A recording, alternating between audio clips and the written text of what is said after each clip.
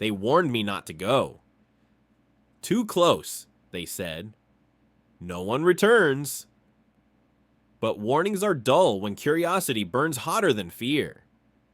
I was a scientist once, obsessed with the unknown, driven by the pull of gravity and the gravity of questions. And now I'm falling.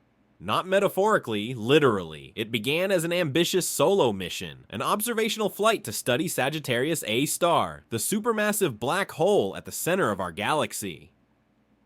I was supposed to maintain a safe orbital distance, but instruments fail, or maybe I failed. A navigation glitch, a miscalculation, a tiny mistake, and suddenly the gravitational pull was too strong. There was no going back. At first there was silence. Not outside. The universe is always silent, but inside me.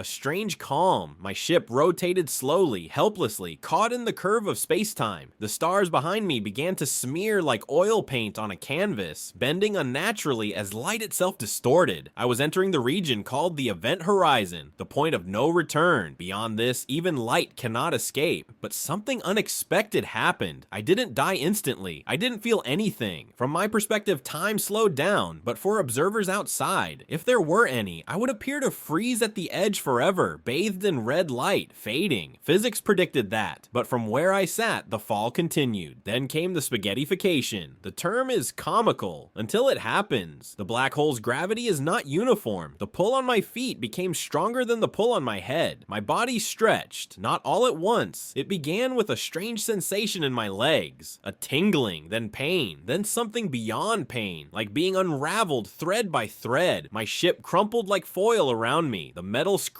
and then it was gone. I should have lost consciousness. I should have been crushed, but I wasn't. Time, space, and logic all warped into a state I cannot fully explain. My senses no longer made sense. I saw colors that had no names. I heard the echo of my own thoughts projected through dimensions I didn't know existed. And then, silence again. Not emptiness, not nothing, but something else. A place beyond physics. A realm inside the singularity, or beyond it. They say black holes end in singularities, points of infinite density and zero volume, where the laws of physics break down. But what if the singularity is not an end, but a bridge? I was falling, still, but the sensation had changed. It wasn't downward, nor forward. There was no direction. I was falling through. Images flickered before me. My childhood bedroom, Earth from orbit, my mother's voice, a star being born, a star dying, universes colliding, everything folding in on itself, then blooming outward, and then something stranger, a light, not from outside, but within, as though I myself were glowing or unraveling into pure energy. Time lost all meaning. A second could have passed, or a billion years, and then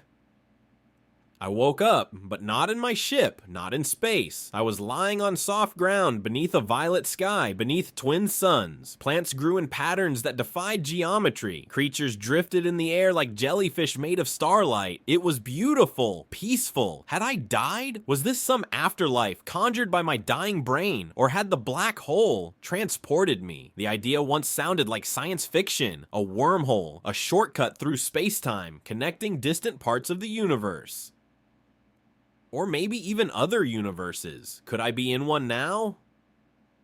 I don't know, but I remember falling. I remember the stretching, the light, the crossing, and now I wait, alone but not afraid. Maybe someone will come, maybe another traveler will fall through the dark and arrive here, blinking, dazed, amazed. If you're reading this, somehow, know this. Black holes are not just destroyers. They are portals, keys, transitions. Falling into one didn't end my story. It began a new one.